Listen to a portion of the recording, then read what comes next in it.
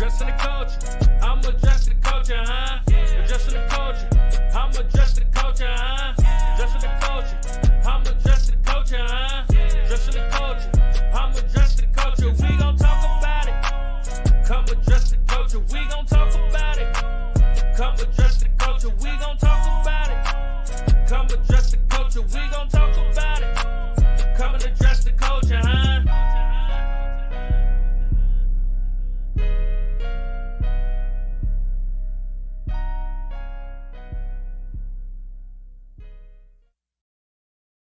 Brick by brick, you get your boy Big Wall, and you already know the vibes when you see the big homie next to me, Pstock.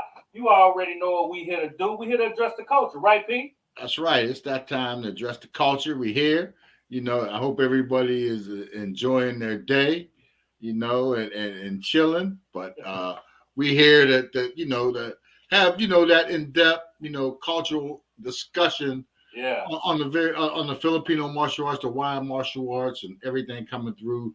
Yeah. And we're going to bring some new people, and there's some familiar faces, you know, that we like to have, and we have a lot of thanks to them for showing up and bringing the people through, so we can deliver this content and information to everybody. You know. Yeah, our tour guide, so to speak. Yeah, tour guide. I tour guide in a world that you won't know. So that's what we bring. You know, Yeah. that's the tap in and let you see what's going on. And these people are opening up their lives and their lifestyles to you to go ahead and check it out and follow up and see. You never know. You might want to come over, get some training, get some help. You know, get your mind, body, and soul together. Yeah. You know, that's what it is. That's exactly what it is. It's all about the culture. You know what I mean? And that's really what we're here to do, to kind of bring different viewpoints and different things. When we talk about addressing the culture, we're talking about across the world, across the globe. And we want to give our audience opportunities to understand different cultures, different lifestyles, and different ways you can add some mental, some physical, some spiritual healing into your life. Because, you know, like in today's world, man, it's so much going on. And that's one thing I love about the Filipino martial arts. It covers so many grounds. We talk about the healers. We talk about studying the discipline, the understanding of growth and culture. It's something that's needed because, you know, it is a lack of discipline. It's a lack of people trying to grow and elevate these days. What they call this the microwave generation. Yeah, the microwave generation. Because they want it so fast. They want things so fast. They don't want to work for it. They don't want to, you know, train. And that's what I love about this culture. You know what I mean? Yeah. It grows from tradition. You know, and we're a part of it. I know for me, coming up, the same thing. I had it. Older brothers, uncles, cousins took us out, trained us, especially when they came back from Vietnam and Korean conflicts. You know, they would train us what they were trained. Yeah. We had a wooded area around us, so we'd be in the woods. We lived in the woods. That was like our playhouse, you know. Yeah. So we booby trap it the whole 9 yards. So, and then that came with hand-to-hand combat training, everything. We was introduced to the nunchucks, to sharigans and blades and everything else, you know. So it was an interesting time, and we got to go under a bunch of different systems as kids. And you know, you see it today, but like you said, the microwave age, everybody wants it fast. To be a sifu or a dojo or instructor today is real hard because you got to deal with the kids if you're dealing with children and the parents. Yeah. So you really gotta bridge that gap because the parents are a certain way with their children and everything, and then you're not familiar with how the upbringing of that child, and you're trying to just instill the discipline and the instruction into them. So hats off to it, instructors, teachers, everybody that's dealing with other people's kids, because that's what these men are. They're teachers, they're family men, you know, healers and everything else. So, and that's what we want to bring together and address the culture about it. You know, I mean, you need that. You know, we got away from it's taking a village to raise a child. You know? Absolutely. And that's what it does. You know, absolutely. I mean, you get in trouble down the street. I used to get my butt whooped whoever catch me. Oh, and yeah. then by the time I got home, they was waiting for me. Oh, yeah. So I was getting whooped 2-3 times, man. Somebody see you along the way. I heard what you did, smacked in the head, Yeah. you running home. You know, Absolutely. get on out of here. You know, so don't do that today. You see kids and children and parents, and we talked about that before. Their kids are dead wrong, and they're escalating issues because your child is dead wrong or whatever, and you're coming over here looking as ignorant as can be. What they call it enabling. Like I've never been an enabler. You know what I mean? Like we're gonna make sure that you understand and be held accountable. I love what you said about bridging the gap, right? You know what I mean? Because that's what these shows is about, bridging the gap. It's so many things that has got lost in translation. We talk about discipline and raising our kids and doing things in the right formation. You know what I mean?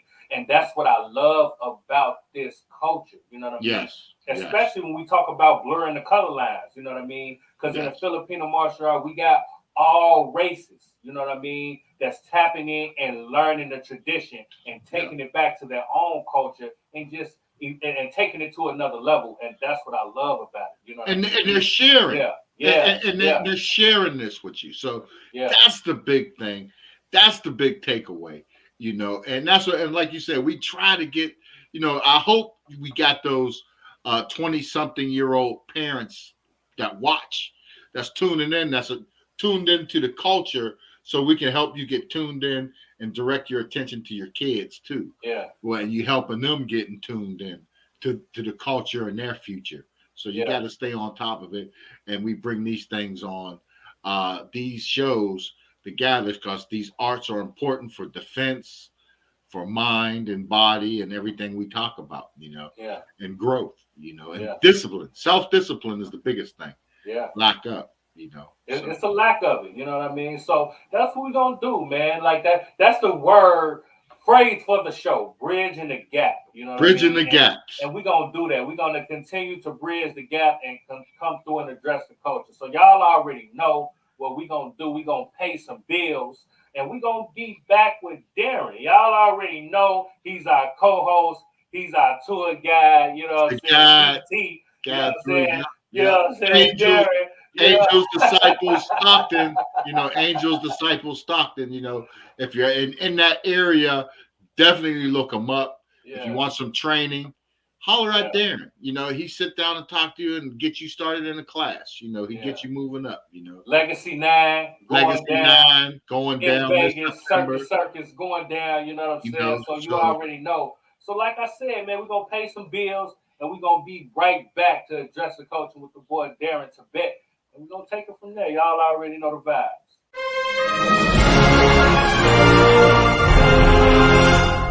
It's 64, boy. You know, the healers on the court. You know, PALAKA NAMAHOE covers such a scope and a vast. Been so many places. I mean, he's like a 3-4 hour shows. You know, by himself. The double line, and you know, if it wasn't for the martial art and my teachers and stuff like this, I think I would have been one of those troublemakers that would have ended up on the other side of the law. Take that in, you're late. So I'm stuck, man. You got to give up your seat.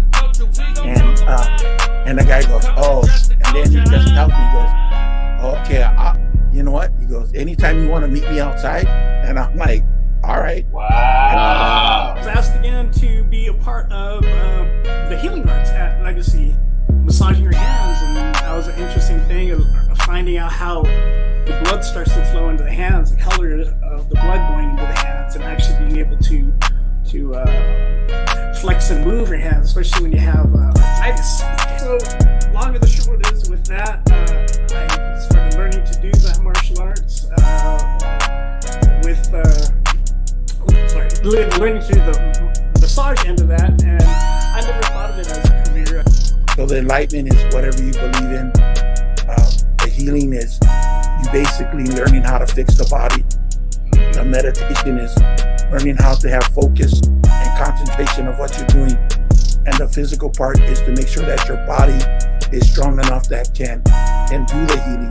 And so to me, that is the pure martial art. And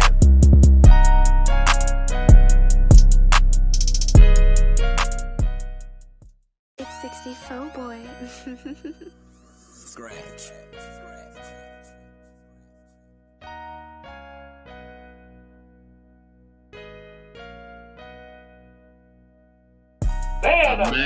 Van of the people. That's right. Van of the people. You know what I'm talking about? That's what we're talking about. You know. Yeah. It is. Right. Yo, Fan of the people, baby. I'm here. Fan of the people. I'm so glad to be here. Big Ball, Pstock. I love y'all, man. Why are you choosing to represent the people of Southern Illinois? Well, my reasons are twofold. First of all, I found out that we don't have a dog in the fight right now. If we didn't take this opportunity, take this write-in opportunity to get on the ballot, the Democratic side and the independents wouldn't have somebody that they could support in the race at all. Just by saying, oh, he's a liberal, but think about the word liberal is really like the word liberate, which means to free, right? But if you think about somebody that's conservative and you say they're conservative, you mean that they want to conserve something. So they want to save something. Those aren't bad characteristics on either part, whether you want to liberate and free somebody or if you want to be conservative and save somebody. I think that we all trying to do the right thing. Right.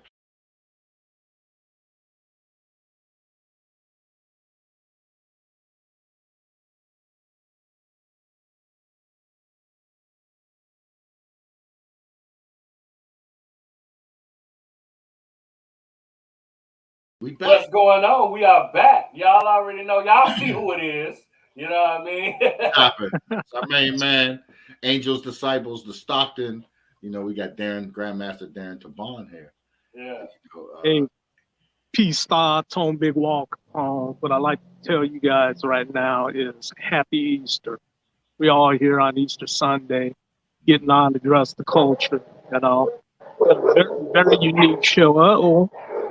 My pit bulls are going nuts right now, so somebody walking by, okay? I live in Stockton. I would say you live in Stockton. We good. Anyway, yeah, here we are Easter Sunday. What better place to be as we're kind of calming it down the whole day to be on Address the Culture, iHipHopTV. Yeah. I want to thank you, Pstock, brother Big Tone, for this opportunity, and Audi 19. This is beautiful. I love it. This is pretty much a recap of Hawaii martial arts. A lot of the cats that train in Hawaii is very young kids and men.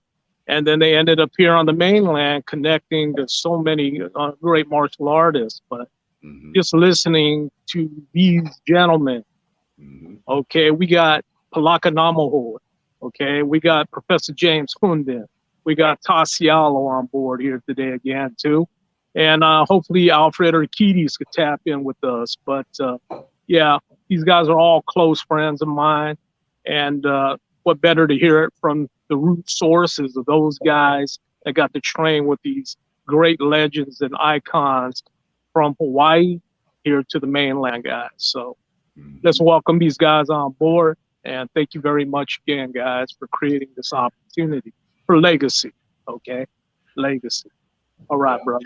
That's what it's about, the legacy. This is the legacy. On Address the Culture. Yes. Yep. So we got, let's bring PALAKA on. PALAKA's a regular, you know. Yeah, I haven't seen PALAKA in a while on the show.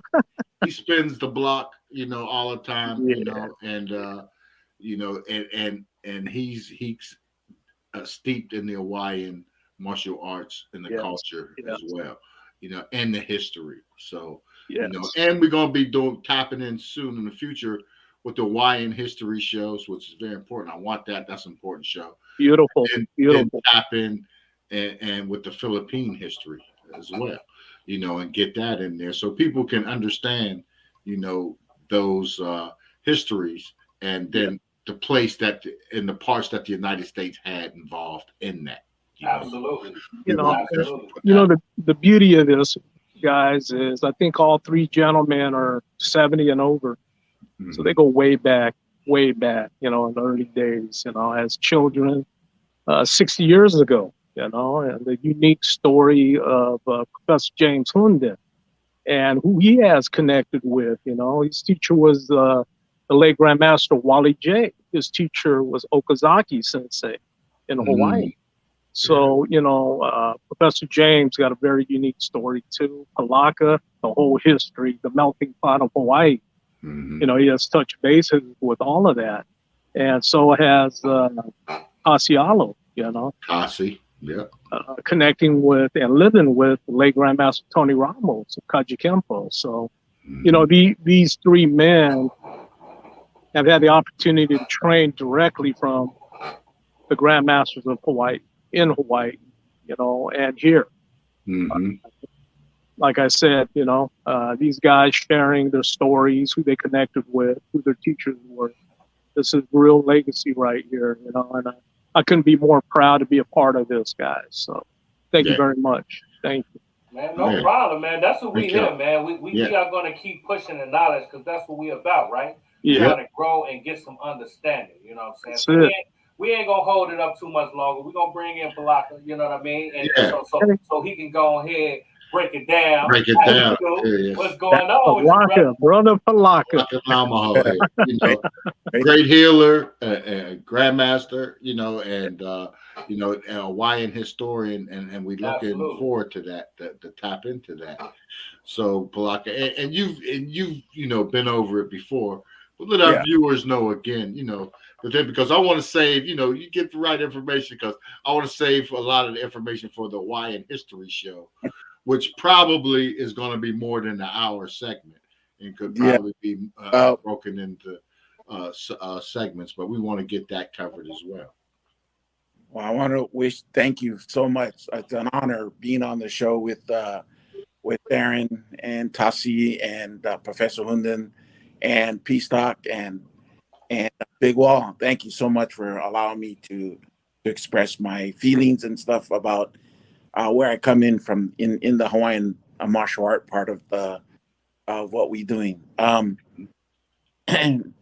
When I started training with my teacher, my first teacher was with my relatives, but I trained in, you know, I started in Aikido and Judo back in Pro City. Then I started, you know, and then I started adventuring into other arts, which was the Kempo, the Hawaiian Kempo, and I trained under Maestro Rudy Orlando, who was one of the well-known martial artists in his time back in Hawaii. But he knew a lot of the old guys, and his first teacher was Professor Mario Tiwanak. He trained actually where Puiki is, in that area. He trained on the North Shore. He trained in Haleiwa, and that's where he started with that group over there in Haleiwa.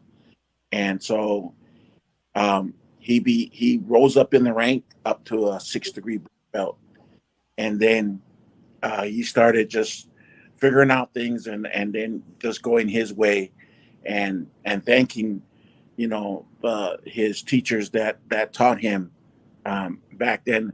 And then he started just training other people and guys like me. And so I was mostly his Kempo. I was his Kempo guy, doing a lot of the breaking competitions, doing a lot of self-defense. But the way that he taught us it was part of the culture. It was part of our culture, that the way it wasn't more about self-defense. Even though the self-defense, the stuff was in there, it was more about the culture. As culture, not only in the Hawaiian martial art, but of Hawaii. And so we learned how to, you know, to be disciplined, how to help our family. It was all about respecting each other in Hawaii, and no matter where we went throughout the world, it was about total respect about our family, and to share and always help one another, and no matter what we did. So it was mostly about that. But we did train hard. We did get bruises. you know, there's a lot of ditjao, a lot of medicine that was made that we had to go figure out how we can get it. And I remember going to a lot of different seafoods that I knew in Chinatown to go get some of this jiao to put on your hands, body after training or before that. And because of the intensity of our training, I mean, the squats that the exercise that we did, it was just a lot. And so, you know, training with Maestro Rudy Orlando, it was intense. And where we trained at is we actually trained in this valley called Mauna Loa Valley. And this valley is a very spiritual valley because a lot of the first hula was actually taught in this valley, and it's very very spiritual. So you could actually see certain things inside as you would train. I remember one night we had one of my friend's girlfriend who was going through art school at the University of Hawaii, and she happened to draw, because this tree, I don't know if you know what a monkey pod tree is, but it's a tree that spreads. It looks like a real big canopy when it opens up, and so out of all the 12 trees that were there, this one was just a little lighter. It wasn't as dark as the other trees were. This one was just a little lighter. And then Maisha would tell her, and so we would tell her, like, out of all the trees, you can draw all the trees, but don't draw that one. And she goes, why? And she goes, well, there's something there that I don't know if you would understand what's there. And so she didn't pay attention. She kind of laughed it off, and then she drew it. And then all of a sudden, about 45 minutes later, we heard her screaming in the car. And we came running, and she showed the picture to Maestro, and he started laughing. And what she drew, it was a person of a giant that was living in a tree. And he started drawing. She started like screaming, and like he started laughing, and we go, see, we told you don't draw that. You can draw any other tree except don't draw that one. Wow. So that tree was about that person guarding this sacred area of where we were training at. Mm-hmm. And so this is the kind of place that we trained. So it was mostly about understanding our land, our Aina, and understanding what goes on and the warriors that actually fought during. So Mauna Loa Valley or Mauna Loa, in that whole area, it is very sacred to a lot of the Hawaiian people that grew up in that area or know of that area and stuff like that. So, oh yeah, and then the same teacher actually taught me my FMA, my Filipino martial art. And so, but I wasn't, so I learned that part, but I was mostly his Kempo guy, mostly his guy that would show or run the class for the Kempo. And then when I had the opportunity to, because my job brought me up here to California, I was asked to open up a school when I came up here. And then when I started competing, and then I asked him, can I compete in tournaments? So I started competing in the Long Beach, and that's when I met like Alfred Akitis, and I met all those guys, all the great martial art I would hear about from back home in Hawaii. Mm-hmm. And I met like Ted Tabura, Bill Rosaki, and I started like, and they knew who my teacher was from back at home. Like, oh, who did you train under? I said, oh, Maestro. Oh, Orlando. And I go, yeah. And then they go, oh, so you come from that strong background. I go, yeah. I mean, Yeah, you can't lie. Yeah, Tiwanak, Mario Tiwanak, Cha 3, and Kachikempo. Yeah, that's who I came under. So Mario Tiwanak a lot of guys in Chalk 3, the way that we would get promoted once we go through what we had to learn was we had to demonstrate our breaking techniques. Just but it wasn't board. It was just basically firehouse bricks that we had to or breaking center blocks. Yeah. But we stuff like I would do stuff like stick my finger in a shot glass and break 5 bricks without breaking the shot glass. Oh wow! Wow. Turn an upside down beer bottle, slap it from the bottom, break the brick without breaking where you're drinking from with their beer bottle. Wow.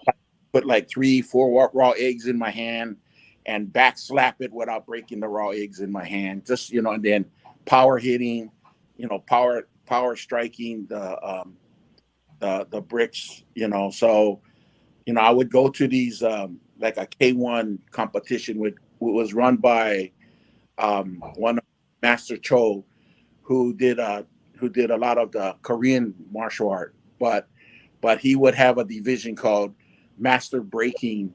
So they would use their type of they would have to set up their bricks. Like you would go there and they said, okay, out of the best 10 that we have here, the best brick, whatever hit that you want to use, you can, whatever most that you can hit. And so everybody went, and I was one of the last. And so what I did is there's a gentleman up north. His name was Professor Novak. And this man that learned wherever he learned his Chinese system from, he was a Caucasian Haoli guy. But the unique thing about him was you could name a brick, any brick that he would stack up or you would stack up, like anywhere between 10 to 15 to 20 to 25 bricks. And you can tell them what brick you want to break. And if you tell them, oh, just break the 15th brick from the stack, he will slap the brick from the top and only break that one brick that you ask him to do. Wow. That's incredible. I would talk to like him. He said, I go, where did you learn this stuff from? He goes, well, when I was working in a coal mine back where he were from the Midwest, he said that his partner was this Chinese guys that worked with him in the coal mine. And he said he learned a lot from these guys. And then I'm on his path to learn. So I got to meet with Professor Novak and then some of the great not only Japanese, but all these other type of breakers that did it. And so, and one of them was a guy named Joe Yohashi. Now, Professor Yohashi, Uncle Joe, the way that he learned it is he learned almost the same way back home in Hawaii, learn how to break, from the different, from Japanese to Chinese breaker, Korean breakers. We had all kinds of different martial artists there, but everybody came as one. And so everything was taught, just like what Adam was saying last time you had him on the show. It wasn't taught like in different, it was all taught together as one. And so so when Uncle Joe, what he was known for is he was known as the ice crusher. Him and a guy named Tiggy, Sensei Tiggy. And so he would come and he would break like big ice blocks with his head. He would go break them. But the thing about Uncle Joe was he was Samoan. Joe was Samoan. So Uncle Joe was telling a story about when he was young. He said his dad left real father and his mom, and so his mom met a gentleman, a Japanese guy, and so they started dating. And then he said, before I ask you to marry me, when I want to marry you, I want to marry everything about you. So he actually went to he found out where Uncle Joe's dad was, and he went to go talk to him, and asked him that if he could adopt his son and get his name. And so Uncle Joe took on his last name, but he was flooded Samoan. But Uncle Joe, he was known as the Ice Crusher, and so I would do a lot of him doing demonstrations of breaking or power breaking or different type of breaking that we did, you know, in different competitions. Actually did one in 1999. It was called Aloha Fest down in Long Beach, California. And we did a breaking. And so I think I still have a couple videos where I did, and I did a couple at when Darren, Grandmaster Darren and I were running the Disneyland competition. And I was in charge of the breaking division, and I would do demonstrations on breaking divisions where I don't know if Darren remembers, but I set up 10 bricks, and then I put a center block on the top of the 10 bricks. I remember. And then underneath, I put down 2 cartons of 12 eggs on each side, so 24 eggs total.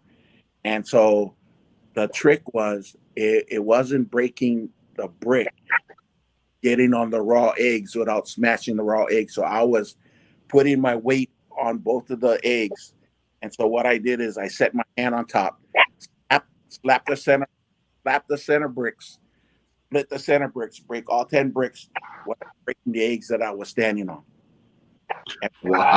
And then people go, oh, that's hard. Eggs, and I'd walk up to the audience and I would take both cotton things and I'd slap it in front of them. They're like, and it would spread all over the place.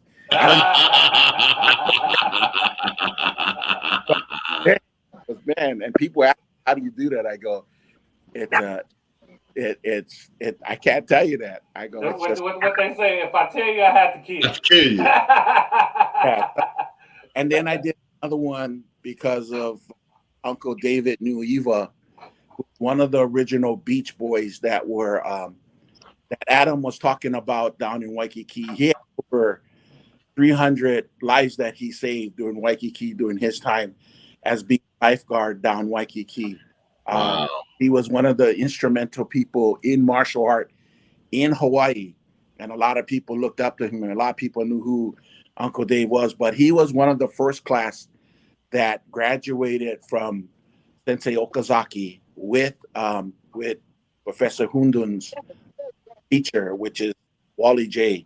He was actually the first class with Wally J, I believe, and Sid Kufarak and Kalani and Kalani Charles.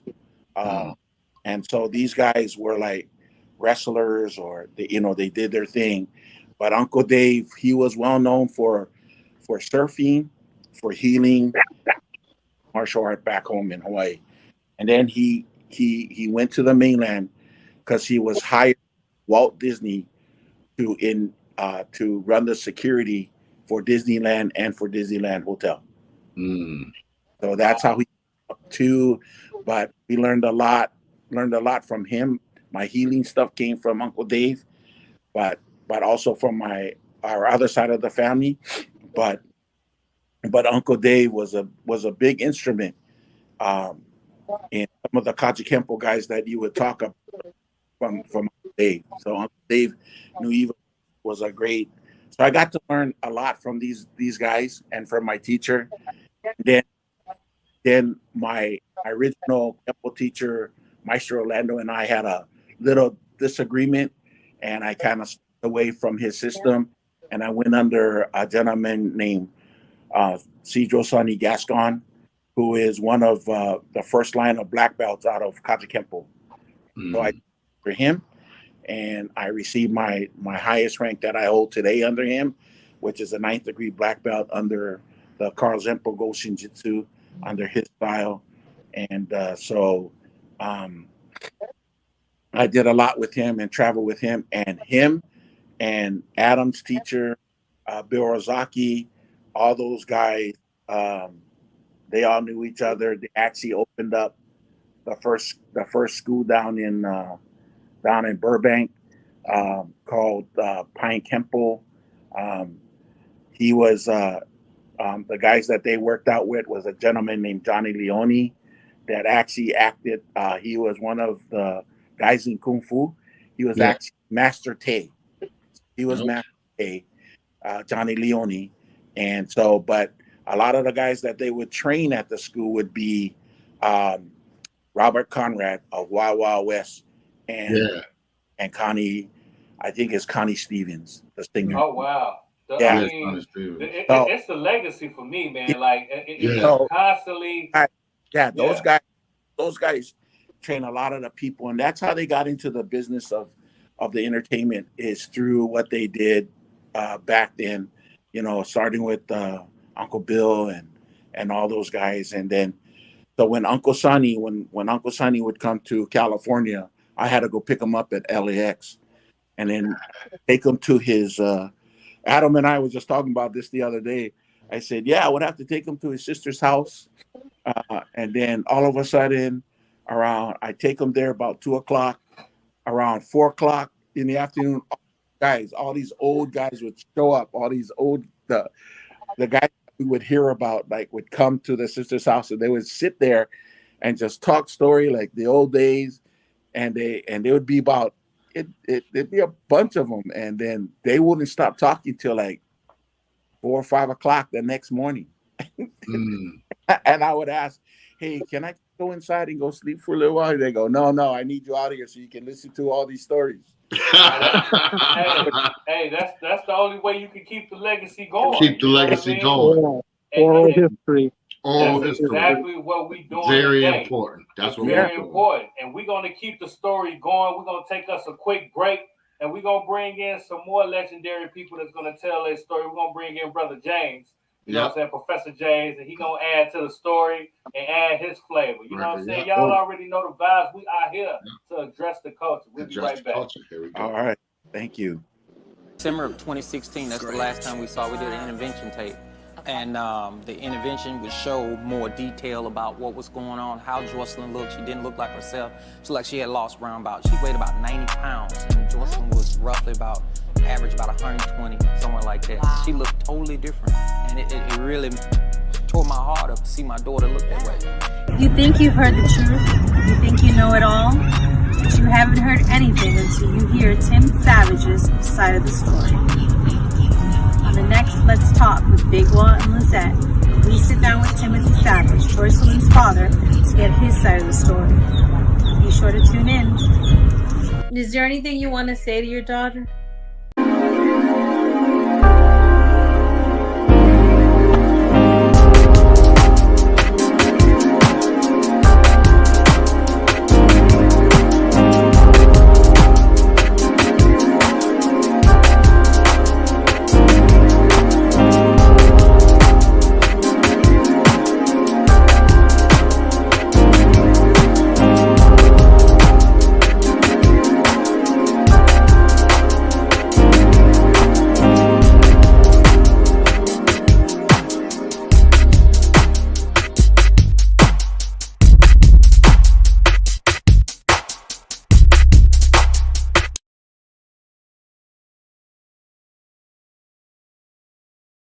Here we go. We're back. We are back. How you doing, Brother James? How you doing? Welcome to the show. I'm fine. Thank you, man. You don't know how hard it's been me trying to get on the show. I've been frustrated for the past 3 weeks trying to get to you guys. You know, I was like, oh man, it ain't working. But you know what? Thank goodness for Easter, man, because it worked today. Yeah. That's big. That's big. So for everybody who might not know who you are, won't you give us a little history on your journey and just how everything has come full circle for you as well? All right. Well, I first started in the martial arts at a young age before I even know what the hell I was doing. My stepfather was a boxer in the military, so he started training me a little bit in fundamental boxing. And then it was something about martial arts that was always fascinating to me. I came from a very religious family, so it was always about turning the other cheek during that time, you know. And I started realizing early on is like my cheek was not the one to keep turning. My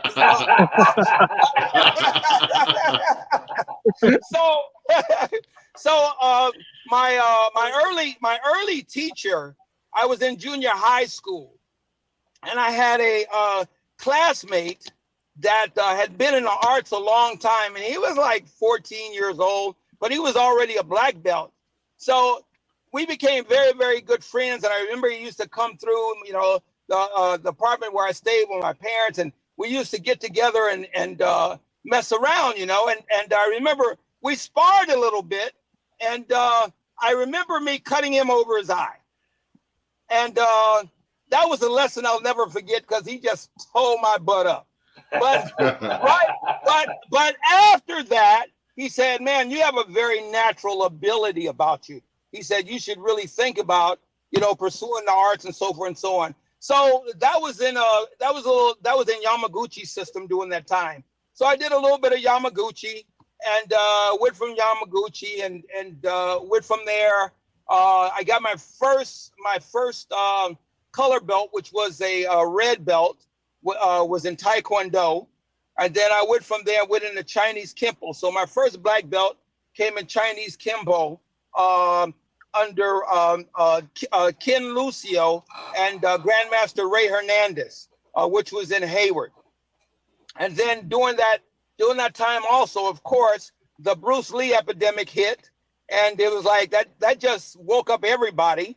And I became fascinated with Bruce. And I was working at General Motors in '72.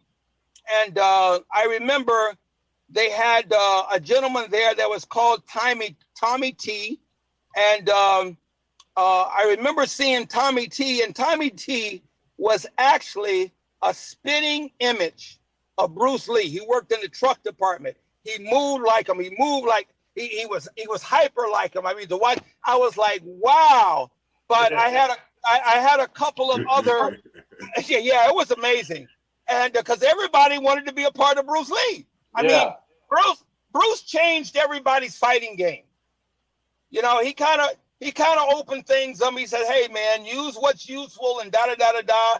And you know, he's the first one that you can actually say started breaking tradition. And when he started breaking tradition, he started showing it in a lot of different ways.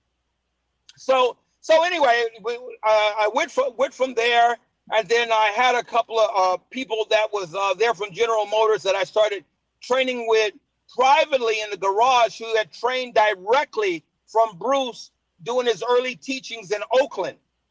And I got my first Mukjan dummy from a gentleman that made one for me, that I even traveled with that and took that to New York.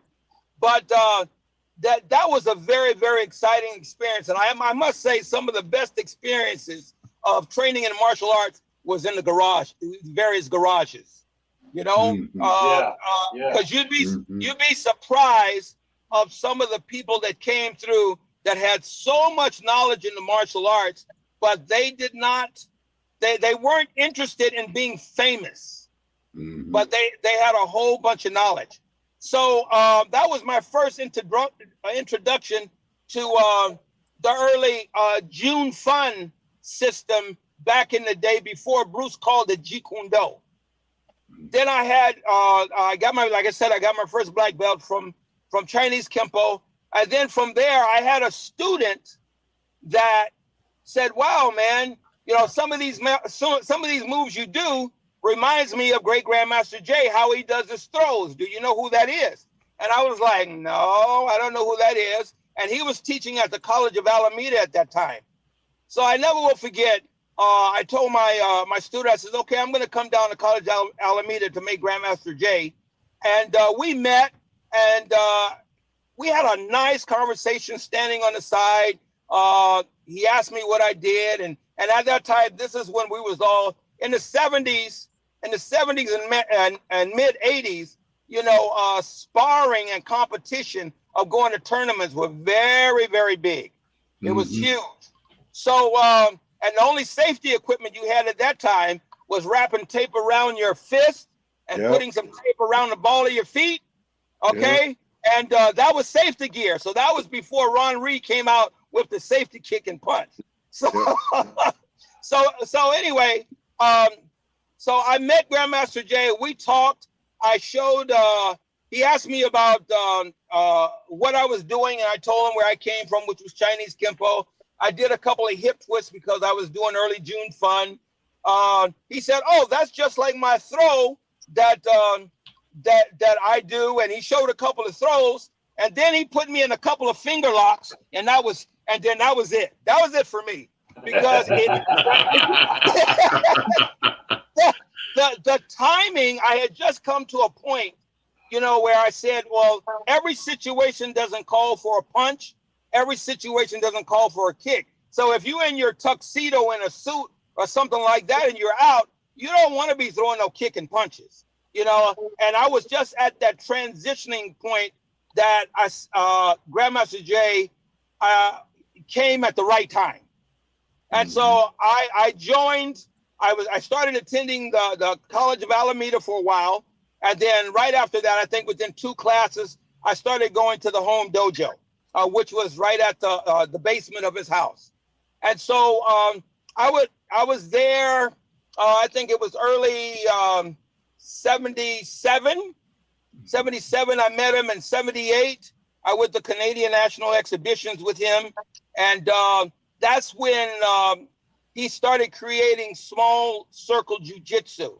So small circle jiu-jitsu was not recognized as an art. It was only a theory in the beginning.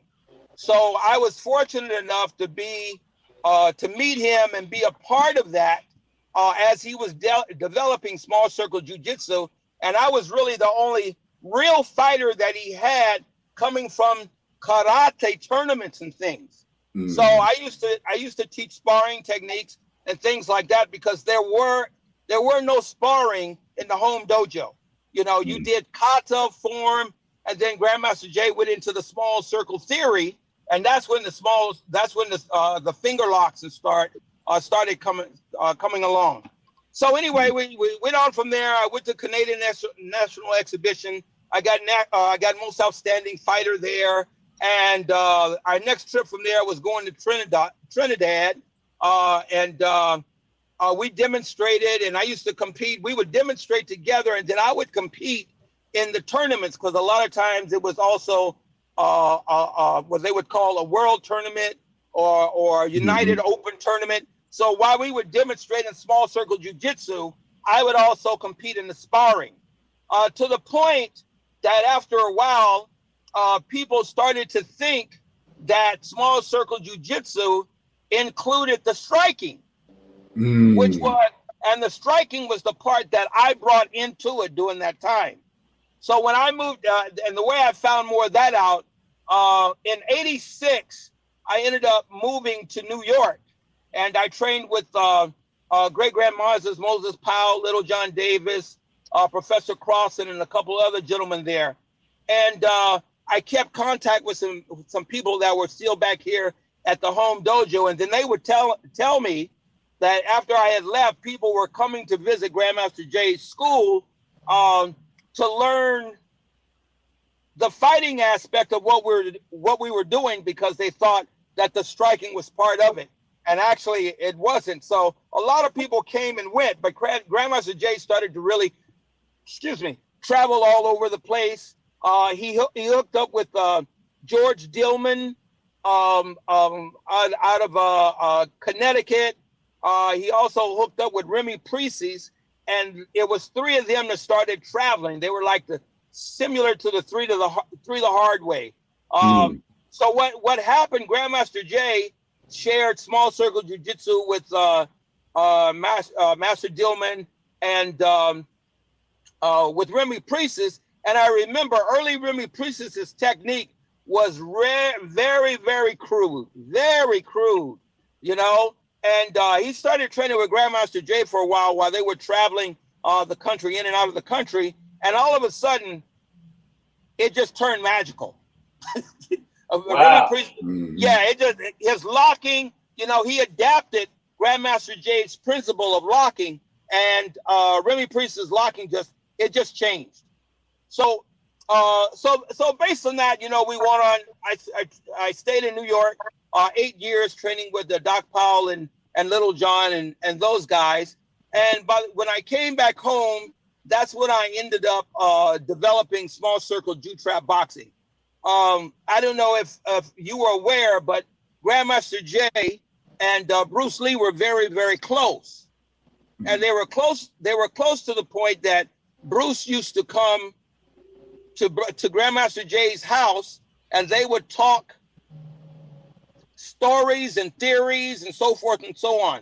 Now, the interesting part about that is that Grandmaster Jay started kind of paying attention to the small circle, to the 1-inch punch. He started looking at that, but he never ended up, you know, looking at some of the other stuff that he did because he locked into what he was doing.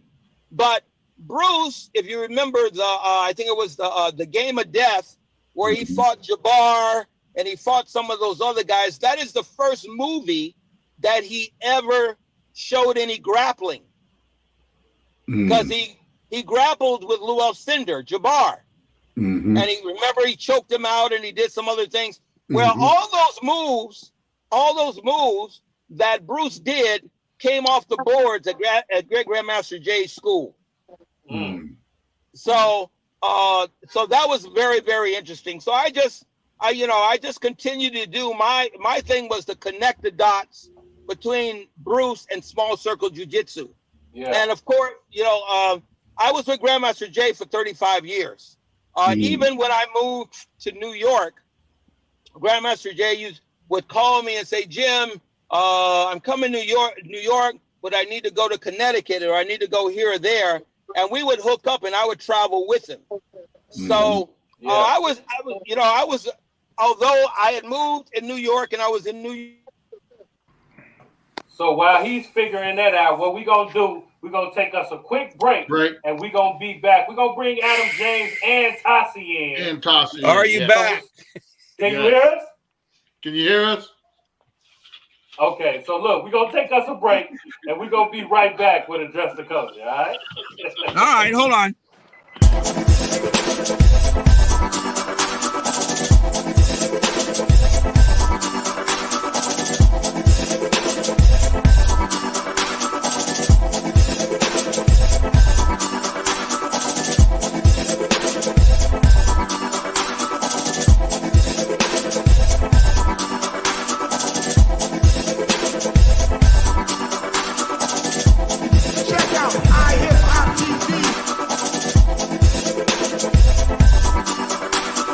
Out on HipHopTV.com on YouTube. Shit is fire. Check out iHipHopTV.com on YouTube. We are back. We are back. All right. We got some more familiar faces here. We have Adam James and TASI. You know, glad Jens can jump in while Professor HUNDON gets everything going. So now it's like we're bringing everything together.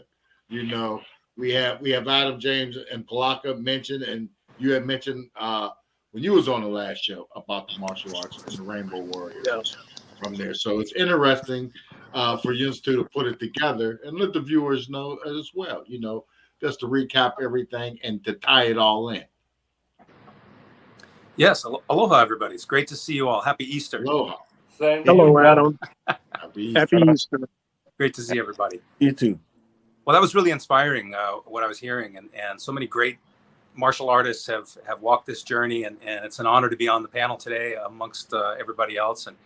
And one name that I heard earlier was Al Novak. And, you know, Al was, he was part of the Jimmy Lee, James Yim Lee, a martial arts training family, if you will. He and Jimmy trained extensively together. And, you know, it was interesting when I was talking to Leo about Al and why Al wasn't more connected to Bruce Lee. And he said, you know, Al and Bruce didn't get along real well. They weren't on the same page, but he had a lot of respect for Bruce, and Bruce likewise for Al. But it was really Jimmy. You know, Jimmy Lee doesn't get a lot of the credit he deserves because he was so willing to empty his cup and receive, you know, the tea from Bruce Lee. But he was brilliant. You know, he not only was he a great kung fu master, but he was also a bodybuilder. You know, he was into weightlifting, and he was into breaking, and that's where, you know, Al had a tremendous connection there with Jimmy. What's up, James? Great to see you again, how brother. are you? Been a long time, my brother. You know, yeah, it's so great. And for our viewers, if you don't notice, you know, these guys know each other and know of each other, and it's great, you know, to have it, to tie it all in, to have these guys come in with it. That's why we love these shows, you know. So it's beautiful. They're beautiful. Yes. And it was great hearing about Wally J. You know, Wally was a tremendous gentleman. And, you know, one thing that he always took with him wherever he went was the spirit of aloha. I had a chance to meet him and work with him back in Hawaii because his two nephews were black belts in the Hawaii Shinkan school that I was part of with Mike De La Vega and Robert and Randy Kuhau. And Wally J was in town, and he's like, oh, I'm going to come down to your school and I'll train everybody for the week. And so we had a chance to work with him, and he was just a fantastic martial artist, but even more so, a tremendous human being, just a great guy. Yeah. And, you know, he just loved Hawaii. He loved that spirit of aloha. And wherever he went, he was sharing, you know, just sharing from his heart, from his soul, giving the knowledge, but also giving the heart, you know, and that's where it's about. Absolutely. Now I love the fact that we got all of you guys on here because we talking about just across colorblind, color lines, and everything. You know what I mean? Sir. So, Yeah. like, and this is something that's unusual. You know what I mean? And we want to talk about it. We're going to address the culture. We're not ducking no smoke. So I want to ask everybody on the screen, and you all can answer this. What has been some of the trials and tribulations that you guys have had being different colors, trying to tap into martial arts and trying to be a part of a culture that you clearly have passion for? But we all know color gets in the way of things on this planet. You know what I mean? So how were you guys able to overcome that to be successful in your own right? I would love to be started. I would love to start with that one. Please do. So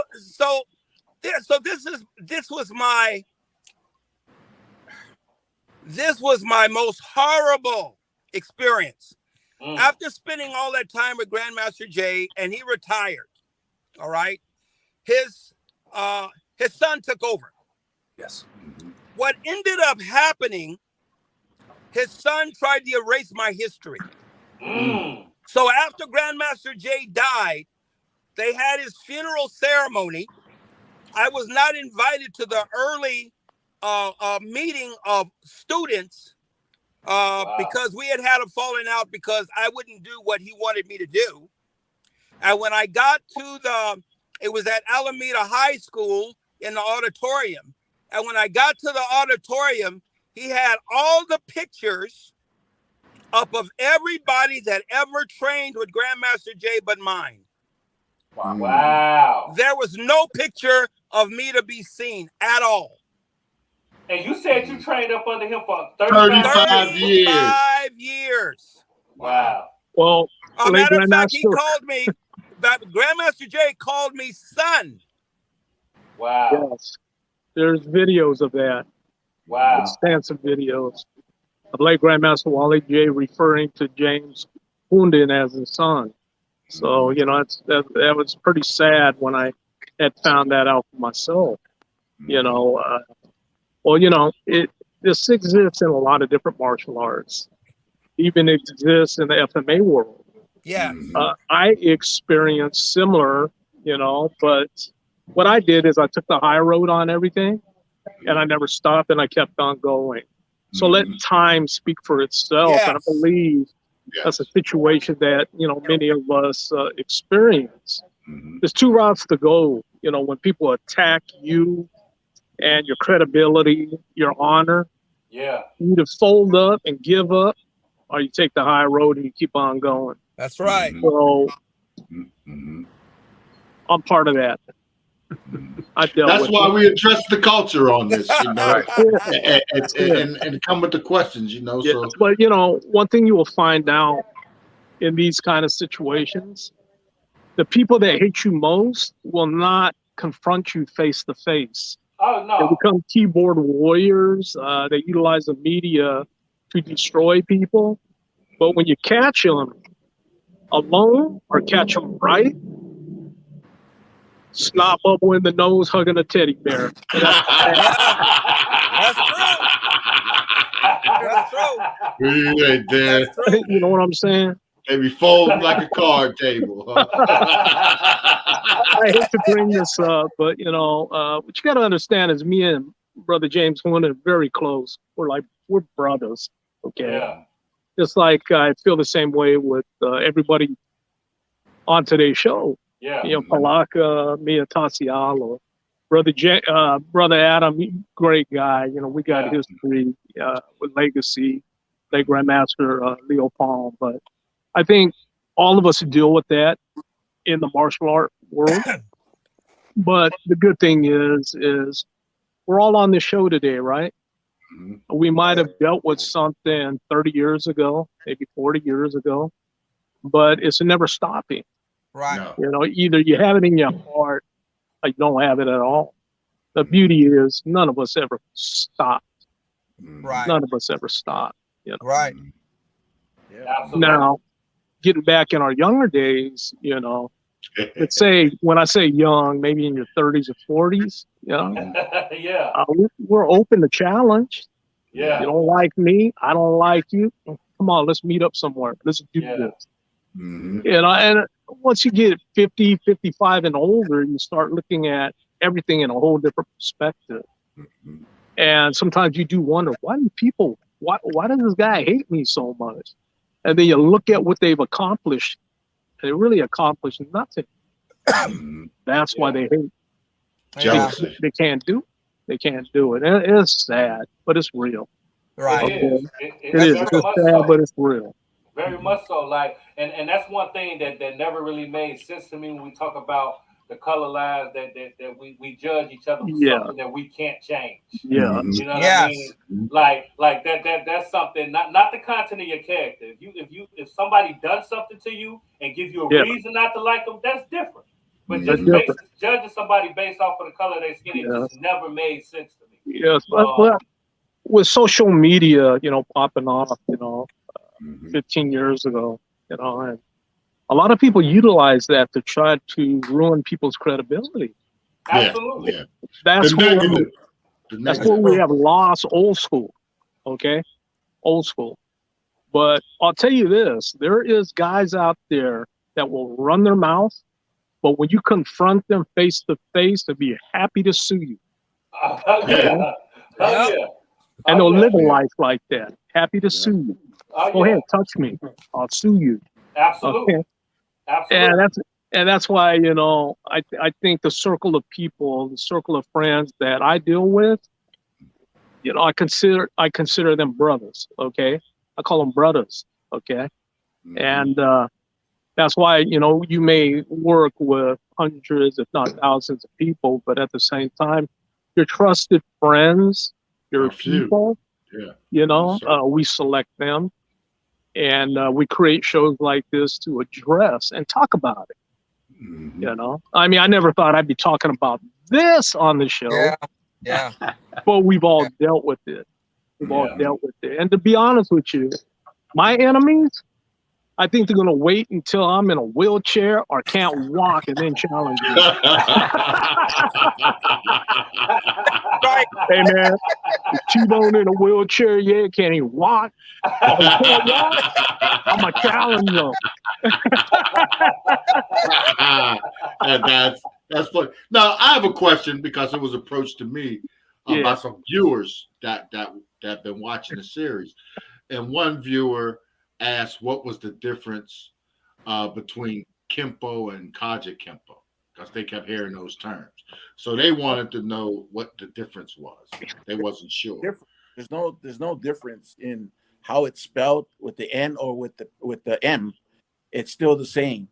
Kaja Kempo is just, you know, it's just where you come from. Like what Adam and his friend, when they did the Okinawan or Japanese Kempo, that's more, you know, that's more of a mixture. You know, they added it that spiritual side to it, all that, the temple, going through their protocols.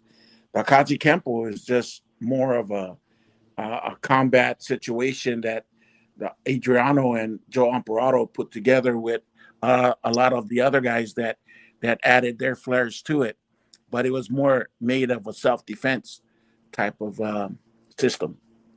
Yes, Kaji Kempo is the eclectic martial art that is a combination of karate, jiu-jitsu, Kempo, and Bo for boxing, Chinese boxing, or Kung Fu. But and it was created by 5 guys back in Hawaii who called themselves the Black Belt Society. And the goal was to train together from different martial arts, but come out with a martial art that combined the best techniques of all of them. And the goal was to take the judo, jiu-jitsu techniques and fight against a guy who was Kung Fu and say, okay, now what would you do against this? How would you combat that? Okay, now we're going to take that little piece and we're going to start to build this amazing martial art. It was based purely on street fighting, on self-defense. No BS, no competition, just pure, fight for your life. And that was Kaji Kempo. And then the Kempo, there's really 2 lines, if you will. There's the Okinawan Ryukyu Kempo. Well, actually, also you have the Shorinji Kempo from Japan, and with Doshinso. And then you had James Matose. And James Matose, most of us line our Kempo history back to James and what he did and how he taught Professor Chow. And then Professor Chow's instruction to Adriano Imperato and the Imperato brothers, and then Ed Parker and down the road. But before we get off the other subject, I just want to share something with all of you about heart and how we're really all in this together. Yeah. So one of my favorite stories that I heard growing up in Hawaii was about the night marchers. And the night marchers were the spirits of the ali'i and the warriors. And at night, they would walk sometimes together on the hallowed grounds. And if you were ever somebody who saw them, you were supposed to react as an ancient Hawaiian. And that was that you were not supposed to look at the ali'i. You were supposed to run to the side of the road, put your head on the ground, and not look up. But there was a story that I'd heard about a young woman who'd married a haole, a white guy, and how this young man loved her so much. He loved Hawaiian culture. It was like what Bradford was saying. If I'm going to marry you, I'm going to marry all of you. So he dedicated himself to Hawaiian culture. He learned the language. He loved Hawaii so much. And then he was drafted into the military. And he went to Vietnam, and he died there. But the young woman had not been told yet. And she was out with her mother walking. And as she saw the ali'i, she ran to the side of the road, and the mother and she put her head down. But she had something telling her to look up. And she looked up, and she saw her husband, the haole, walking with the night marchers. That struck me when I heard that story, that it tells us that we're all one. We can all journey together. We can learn martial arts, no matter what our background is. And we can be pure and true. It's not something that is, it's passed on to father and son. It's something that's passed on from teacher to student, from somebody who really wants to learn and somebody who really knows the stuff and is ready to share and help. But let me add upon that. Yes, please. It is on the culture. Yes. Because of the culture and the way that as Hawaiians of and accepted this man.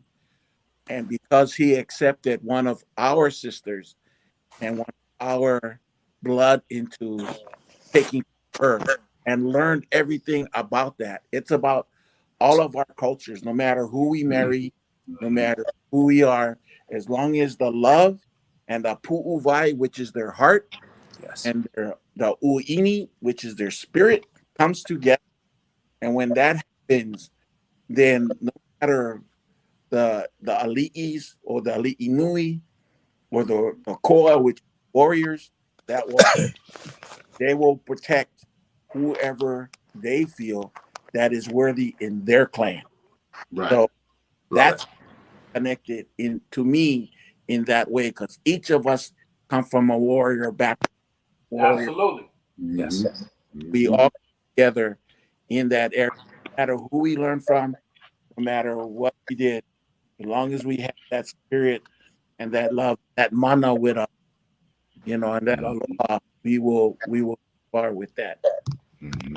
Absolutely. It's all about the content of your character. And that's why I brought that up, because like I said, we got all colors of the rainbow, you know what I mean? And right here on this platform. And this just shows that if you got dedication, if you got heart, no matter what's your trials and tribulations, you can be successful.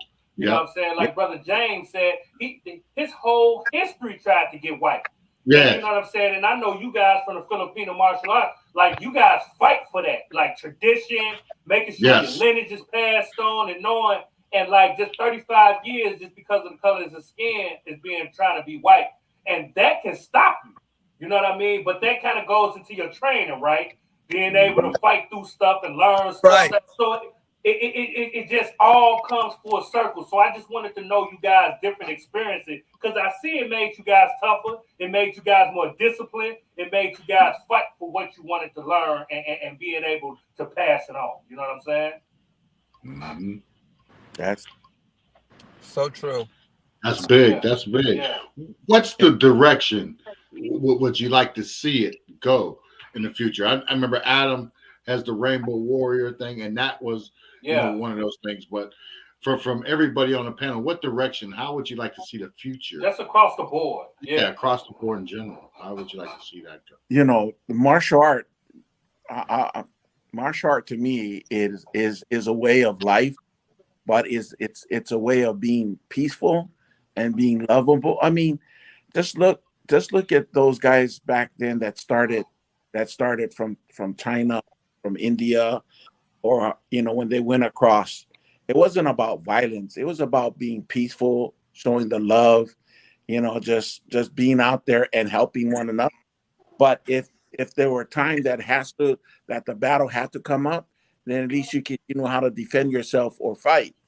But basically, it was just being peaceful and just being just to be a servant to others and to be with them and help them and to guide them and leadership. It's all that, and this is where we learn this in our martial art training, being disciplined, being respectful, being diligently to our teachers and just, and showing leadership and taking responsibility to who we are. Yeah. Same question for the rest of the panel. For the rest of everyone else. What direction would you guys like to see just everything future move? Well, if I may add to that, going back to how, and I'm going to say we were raised, because I can see a lot of our heads shaking in terms of, yes, where's the common courtesies? Yeah. Where are the excuse me's? Where is the pardon me? Where is the thank you? Where is the I'm sorry? Where are all those things that shows that you are polite? You know how to be polite.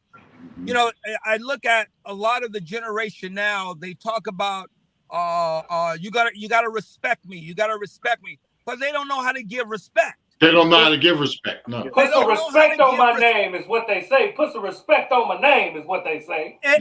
Exactly. And unfortunately, that doesn't last very long. Yeah, talk about it. No, it doesn't. Okay, it doesn't last very long, because we know we have a lot of our young generation that probably was going to be some type of trendsetter or whatever that are no longer with us. Only because of some of the ways that they looked at things, thought, or how they handled certain things.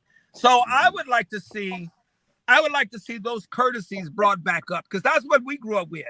I know Grandmaster Jay didn't have a mean bone in his body, not over the 35 years that I knew him. And I had some other teachers that was the same way. They cared, they shared, they wanted to see people grow. Yeah. They encouraged you. Yeah. If they took you under their wing, they wanted to help you. They saw something, they wanted to help you develop that upper being that they saw in you, or that other level of that light. Yeah. So that's what I would love to see. Yeah. Yeah. Mm-hmm. I like that. Reach one, teach one. It's about the knowledge. How about you, Adam? Yes, I really am excited about the positive growth in our industry, in the martial arts community, and the world. I feel that we have become closer, more knowledgeable about ourselves and each other. And I go back to James Matosi again, because he is our foundation as Kempo, and he would often talk about the symbol, the Kenko. And the idea was, of course, it's the covered fist, but he also implemented another component of it. He said, because when he first started teaching, it was right after World War II. It was right when the atomic bomb had entered our consciousness. There was now a weapon that could kill tremendously. And so he would say that our fist is like the nuclear bomb. It's very dangerous. It's very powerful. We have to have great respect for it. And we also need to cover it with love. And make sure that we're not being braggarts and boastful. That we are being arrogant. Humble. Yes. Exactly. We have the humble attitude. We cloak it with kindness and love. And that's where I feel that we are moving in a positive direction in a lot of ways. Now, of course, you know, last episode we talked about MMA. I love MMA. I teach MMA, and I think that there's tremendous growth in our greater martial arts world because of it. However, there is, of course, there's a competition component of it, a braggart component of it, which is embraced and trumpeted and championed in that field. And so I'd like to see a continuation of the martial arts spirit in that area so that we all can benefit from it, because they are in a lot of ways on the spotlight for our industry, for martial arts. That's real talk. That's real talk. You know, that's real talk. And I do like the fact that also the growth in movie industry, television industry, that's growing even more with the popularity of the James Bonds and the Jason Bournes and the John Wicks and the Matrix. It's incorporated. Absolutely. And then the other one I just want to mention is Shang-Chi. I don't know if anybody here saw Shang-Chi, but it is an amazing movie. The martial arts are phenomenal. And for the first time, we have a Chinese superhero, you know, kind of like Superman, but he's Shang-Chi, and he's amazing. And I think that's just fantastic. I did see Shang-Chi. That was good. It was. You know, so and all of those things. You know, growing up, I grew up on Kung Fu. You know, we had Kung Fu with David Carradine. And then when Bruce Lee came on the scene with Enter the Dragon in '75, that's when Kung Fu theater became more popular too.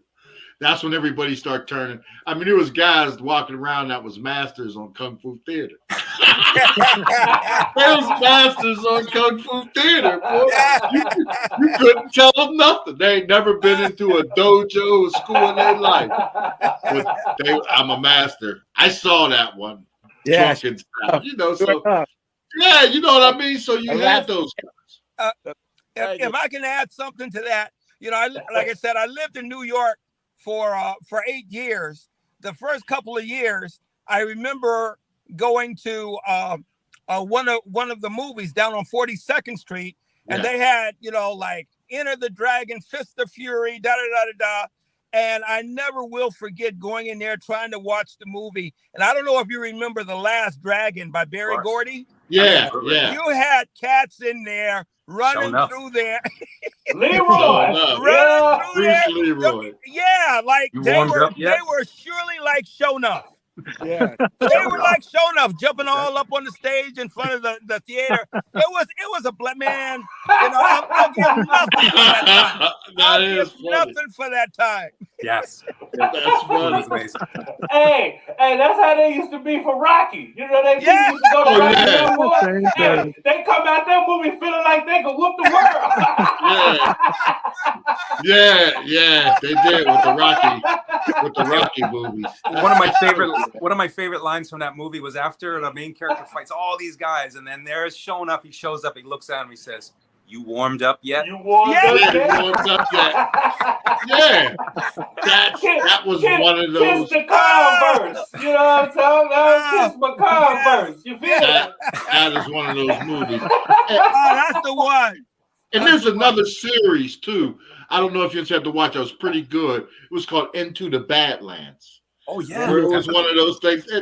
And I forget. I don't know. I'm not familiar with the lead actor. You know, but you know, it showed. You know, it was like a apocalyptic, you know, society afterwards and everything. And they didn't have guns. They was using swords and knives and martial arts and everything. And it incorporated a lot of what y'all guys do into it as well. You know, it's an interesting series. So if y'all haven't seen that, check it out. It's entertaining. That's you know, it's very good. I recommend it. Into the Badlands. Yeah, because you know, I got, when we grew up and we was taking our classes, like when we were young, we used to meet in Pittsburgh. There's a park called Lake Victoria. There's a lake there. And there was a wall by the National Aviary. The aviary's there, but the space we used to use behind this wall was a grass area. And we used to train there. We used to have it, they used to call it midnight karate classes, okay? So you go down there at midnight, and you might go down there, and there might be 25 guys down there, you know. And there might be 3 different instructors teaching. Well, one of the instructors we had, a guy named Francis, you know, he was like second in command of the Pittsburgh Public Schools security. And he was one of them guys that was, you know, he was trained. He was a master. I didn't know who or what his lineage was or anything. I knew a few of them guys, but he used to walk. He didn't even have a vehicle. He didn't take the vehicle. He would walk from school to school to school through the city, you know. So we used to tease him every once in a while, you know, Kwai Chang K. Who you think you are? Who you think you are? Kung Fu, walking all these schools. But Francis, and a lot of people didn't know that. They see him and they thought, you know, he was something, but he was, you know, a bad boy when it came to that, to keep stuff off, you know, from happening. But we used to do that teaching, and that's what I'm saying. There was no love. I mean, there was all love. You know, there wasn't no, we meet at midnight behind here and train, you know, and it wouldn't, I mean, you get bruised up and everything else too, but, you know, it was just one of those things that we grew up on. And I like to see it get back to that because the discipline aspect. Yes. Now, see, that's funny that you said that, speaking about discipline and a bad boy. Now, the legendary Bruce Lee made a statement that Kung Fu is the art of fighting without fighting, right? You know what I mean? And I want to ask all of you guys, what do you really think that means when he said that infamous line? You know what I mean? Well, gosh, you know, in the context of the story, it was an opportunity for him to show how you can defeat an opponent without raising your fist, without actually engaging in a combative situation, but rather outsmarting them, like Bugs Bunny. You know, Bugs Bunny in a lot of ways is one of the best martial arts. Oh yeah, He outsmarts him. The boat on Enter the Dragon. You know, when he had the guy get on the little boat. Yeah. And the kids that he was harassed, and they let him hold on to the rope. By floating out there, sinking. Yeah. And Bruce kept saying, "Don't let go of the rope." Or the fighting don't let go. Don't let go of the rope. Well, I'll share with you gentlemen that one of the things I was very fortunate in my journey is that the instructors that I had were also ministers of Christ, and you know, here it's Easter and all, so I'll share this with you. Mike De La Vega, my original sensei, and a gentleman who taught me Kempo, he was a deep, devoted Christian, and the whole purpose of our martial art was not to learn to fight, but to learn to love, to be ministers of Christ. And in our logo, our symbol of the Hoi Shinkan School, you've got the covered fist, and you've got a cross right through the middle of it, because that was the essence of our journey. I remember the first time I was taking class with Mike. I just come out of Northwestern playing football, and I was so used to being everything regimented in the workout. And every couple of minutes, the horn would blow and you'd run to the next station. And De La Vega was doing something similar. Everything was on point, the way we were training. I said, "Man, how'd you figure this all out? How did you think about this?" And he said to me, "I don't think about it at all. When I come to class, I have no plan. I pray to God that he's going to tell me what to do. And then I teach you." And he said, that way, it's not my teaching, it's God's teaching. Yeah. And then with Leo Fong, obviously, Leo, a lot of people might not know this, but Leo was a lifetime minister. He came to the martial arts through his journey in Christ. He started as a young boy in Arkansas, being a boxer and learning how to defend himself. But he eventually became a Methodist and joined the Methodist ministry. And that was always part of his essence of his martial arts teaching, was the Bible. And at one point he told me he was going to work on a book. He didn't, get to it, but he talked to me a lot about it. And that was the martial art lessons from the Bible. And obviously David is the perfect example, how he was able to overcome a great opponent. But there were little moments in there that a lot of people missed out on. One of those is when, before David went to battle, he was offered the armor of the king. He said, "Take my armor and wear it." And he said, "No, it doesn't feel right. It's not me. I'm just going to go out there with my sling and the word of God." And so Leo and I would talk about that, how when people try to change you to make you a better fighter, it really what you need to do is get more in tune with you, get more in tune with God, more in tune with the skills that you know are going to work. A punch is just a punch, a kick is just a kick, and a grappling choke out is just, it's the same no matter how you teach it, what name you give it. But are you in tune with it? And are you a champion of justice? Because if you are, you're unbeatable. Yeah. That's true, Adam. That's true. That's true. How many different styles of Kung Fu do you guys know? Just over the years of you guys just doing it, is it? How many did you study? Yeah, how many like different styles and different things out there that you've learned over the years or even heard of that we might not be aware of? For me, it was boxing, Goju-Ryu, and Sarada Eskrima as a young child from my dad. But I went to his teachers as I got older. So as far as my experience, boxing, Goju-Ryu, and Sarada Eskrima under the late Grandmaster Angel Caballos. That's me. Okay. All right. I was mine was boxing, three different Chinese Kempo, Taekwondo, Capoeira. I did some Shorinji Kempo as well, and a little bit of Shotokan. I have maybe about one or two others that I dabbled in, but that was again in the small circle jiu-jitsu. Okay. Well, that sounds like a gumbo over there. Gumbo. Hey, you know you got to put the right seasonings in the gumbo for it to taste right. That's a fact. Oh man, how about you, Adam? Yeah. Adam. Adam, how about you? Well, my first, really the foundation of my martial arts is my father. He was a United States naval officer, a Navy officer, and so United States military, training was and conduct was what I was taught from a child.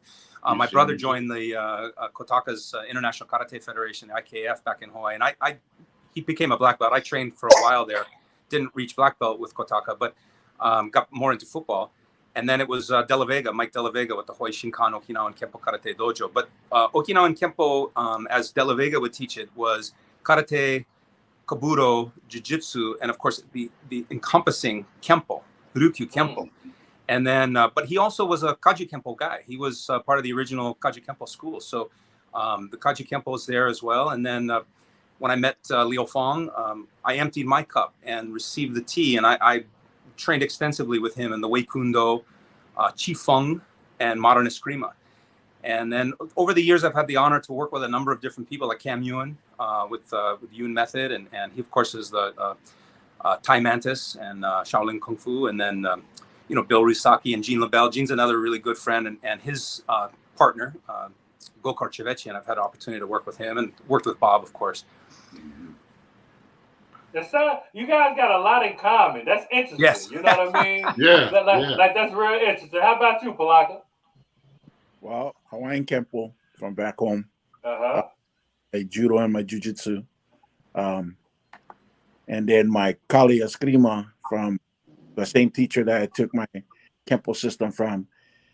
So it's mostly Kempo, and of course my family, the Hawaiian art from my family system. There is the way I explain where we learned it is one of the four uncles of is my fifth great grandfather, which is Heulu, which is Heulu. He was one of Kamehameha's top strategists in the Hawaiian art, and he was one of them that his guys to train Kamehameha in the acts of fighting, empty hand, and but also finding with the healing, and learning how to manipulate the muscle, pulling out, and just doing what I needed to. So yeah. Yeah. That's awesome. From Hawaii. Everything that I was taught was from back home. Wow. Yeah. That's dope, man. Now If go I ahead, may, Alex. I'll share a quick thing that Leo shared with me that he told me it changed his life. And when he shared this story with me, it changed my life. So he was, Leo was a boxer. That was his essence. Whenever he got into a sparring situation, he just fell back to being a boxer and he would just throw a jab and a hook and right cross. But he was enamored with learning Kung Fu. So he was training with Lo Bun and also with T.Y. Wong in Chinatown. And he was training with Jimmy and Bruce at Jimmy's house. He was also training in Muda Kwan Tang Sudo. He was also taking jiu-jitsu classes, learning jiu-jitsu. And then he also was still boxing. He was training at the Sacramento State boxing team and training with them. And he would go over and hang out with Jimmy and Bruce. And one night, Bruce and he went for a drive to go around town, look at all the other schools, or as Bruce called it, let's go slumming. So as they were driving back to Oakland over the Bay Bridge, as they were driving over the Bay Bridge, Leo was sitting there, and Bruce said to him, "Hey, Leo, how come you're running around town training with all these other guys?" And Leo said, "Well, I'm looking for the ultimate. I'm looking for the ultimate martial art." And Bruce tapped him on the chest and said, "Hey, man, the ultimate's inside of you." And then he went on to talk a little technical stuff. He said, "Hey, listen, you take your boxing skills, you use the trapping that I'm teaching you. Once you get the guy, you take him to the ground with the grappling, and you know, when you have to kick, you use those Korean kicks, as they would call it back then. Use your Korean kicks." He said, "That's where it's at. That's the ultimate." Of course, he was literally describing MMA. Yeah. And that's awesome. But what really connected for Leo was that saying, "The ultimate is inside of you." Yeah. Don't go looking for someone else to find the spirit of God inside of you. Everybody has inside of them the great martial artists, the great knowledge, the greatest teachers inside of you. And so rather than continuing to look outside of ourselves for someone who's going to share, work on yourself, work on being a better person, work on your basic foundation skills and your conditioning to be truly fit and ready to fight. And that is a great martial artist. Yes. Oh man. Like what else? That's a mic drop right there. Yeah, that's a mic drop. That is. That is. Hey, Leo had a way of doing that. Leo Fong is a guy. He might drop you all day, man. I'm telling you. You know what I'm saying? What else can you say after that, man? I want to thank you guys. I want to thank you guys for coming through, giving us your amazing stories, your experiences. It's really feeding the culture, and that's what we hear. We definitely gonna have to spin a block because this is very, very interesting, and I love the mind state of you gentlemen. Because in order for you guys to reach so many heights in your careers, when we talk about martial art, you have to be mentally sound, physically sound, spiritually sound. It is not easy, and you guys are representations of the culture. So I want to thank you guys for coming through. Giving us your energy, man. We really do appreciate it. Okay? Address the Culture is a place where you can always come to address the culture. Absolutely. You know, if you got anything you want to address, like Darren and Palaka was talking about again, we spoke, and Adam, I don't know if you're familiar with the situation with the cemeteries in Hawaii, how they're moving them and putting commercial property on. You know, without letting the families know. You know, they're not properly moving the bodies. So we've been on Puiki Cemetery for a while. And then Darren came up and said, what's the other one, Darren, that you said? Which one? The cemetery that they are disturbing the stones. Yes, I believe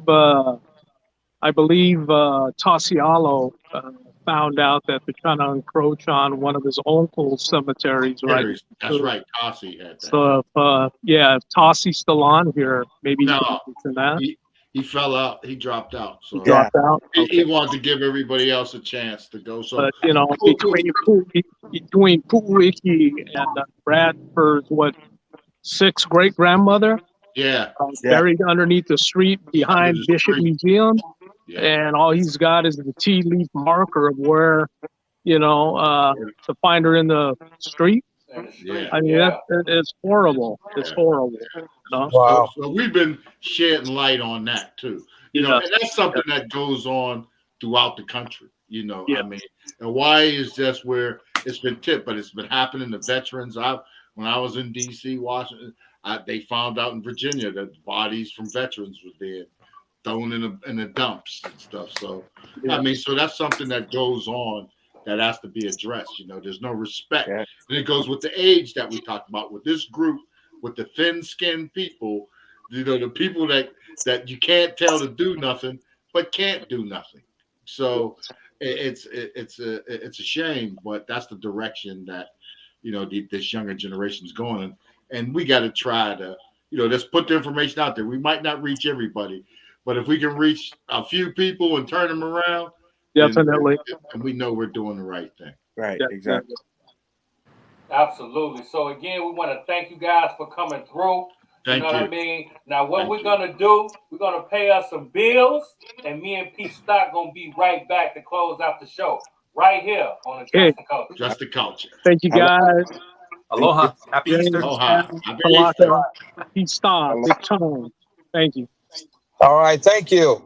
Thank you. Dressing the culture, I'm addressing the culture, huh? Addressing the culture, I'm addressing the culture, huh? Dressing the culture, I'm addressing the culture, huh?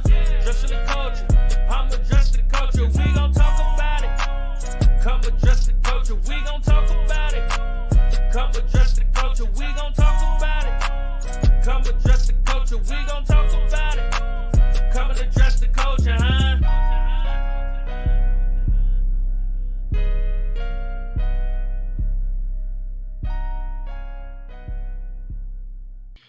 Big Wall, that was powerful show right there. Yes. And we like it. I love these shows. I love these men. They come through and they're sharing their history, their stories, you know, and these are their histories that, you know, from their experience, like Professor HUNDON talking about 35 years, you know, with Wally J, his master, and then they try to erase that from the history, you know. So that right there, you know, these things need to be told and heard. You know, it doesn't take nothing away from his legacy. It's just that they tried to, you know. When he said that, like it, it kind of did something to me. You know what I mean? Like I could tell that affected him. You know what I mean? It would affect you. Yeah. Absolutely. When we talk about 35 years, 30, that's a long time. Man, come on, man. Working up under somebody, and you know, it becomes bigger than teaching. It becomes family. Father and son relationship. That's family. So them erasing his history, it was bigger than that. It wasn't just about him, you know, and as far as learning, it was the relationship that he had with Grandmaster Jay. Yeah. And you could tell the way he speaks of it, the way he talks of it, it was bigger than that. You know what I mean? So the fact that throughout what we do and how we do that color affects you trying to better yourself and become physically, mentally, spiritually inclined and create relationships that goes beyond what we understand. You know, I could really tell that affected him in such a traumatic way. You know what I mean? To this day. You know what I mean? I hear it in the tone in his voice. The voice, yeah. And that's why I wanted to ask that question, because we're not ducking no smoke. And I know being a certain color, a certain race on this planet, you have less options. You have less opportunities. You know what I mean? Everything comes with a little bit more difficulty. You know, it don't matter how hard certain situation is, it's harder when you're a certain color. So for him to speak out and acknowledge that was amazing. Shouts out to him, you know what I mean, for continuing, and everybody on our panel who has trials and tribulations. Shouts out, man. It just further lets me know how dope and amazing you guys are and how you continue to push the culture. Keep striving. Yeah, that's what it is. So stay tuned, stay locked. Definitely leave comments. Let us know what you want to hear. You know, want to hear more of, see more of. Definitely, you know, leave a comment, subscribe. You know, drop in. We're gonna be bringing you more of these jewels of panels of these martial artists that you heard it. You know, we've been how long have we been interviewing and had PALAKA on, and we never knew he was breaking bricks like that. I didn't know. No, I didn't know. No. So you know that's huge. You know, so that they hear that stuff, and that's real. That's what he used to do. You see Darren laughing and shaking his head. Yeah, he's busting bricks with his fingers in a shot glass and not busting the shot glass. Get out of here. That stuff, man. So you're only going to hear that here on Address the Culture. Right. You already know. So tap in, stay in tune with us. Like P said, like, comment, subscribe, join the culture gang. So anytime we drop any kind of content, you'll be the first one to get it. And like I always say, time is something that you can't get back. So we appreciate y'all coming through, spinning the block, and giving us some of y'all. So until next week, I'm your boy Big Wall. I'm your man Pstock. Aloha. And this is Address the Culture. And like we always say, your culture makes you who you are. So make sure they respect it. We're going to catch you on the next episode. We up out of here. Peace.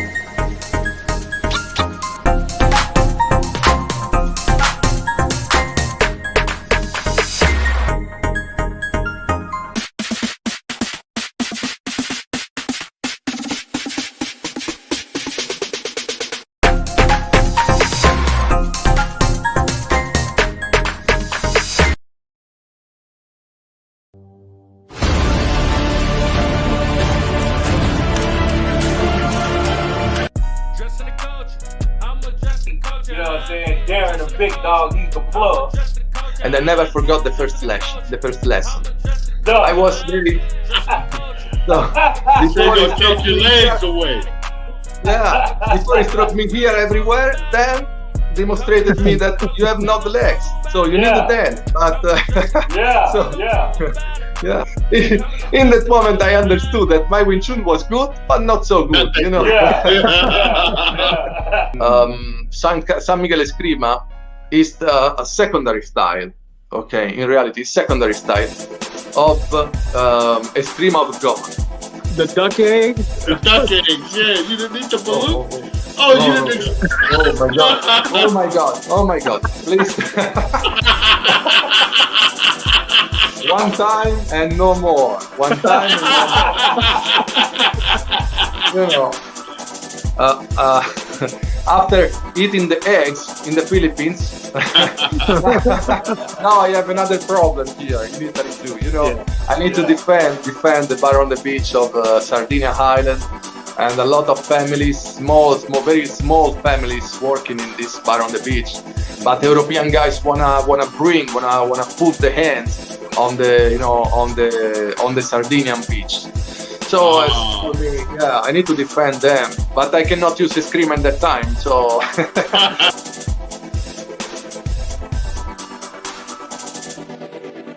What's going on, y'all? It's your girl, Lady Luck, and I'm here with the homie Big Wall, and you are now tuned in to Address the Culture, where we're addressing everything in the culture. Keep it locked.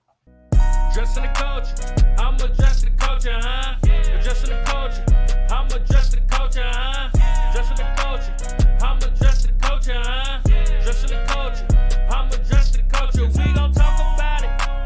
Come address the culture, we gon' talk about it. Come address the culture, we gon' talk about it. Come address the culture, we gon' talk about it. Come and address the culture, huh?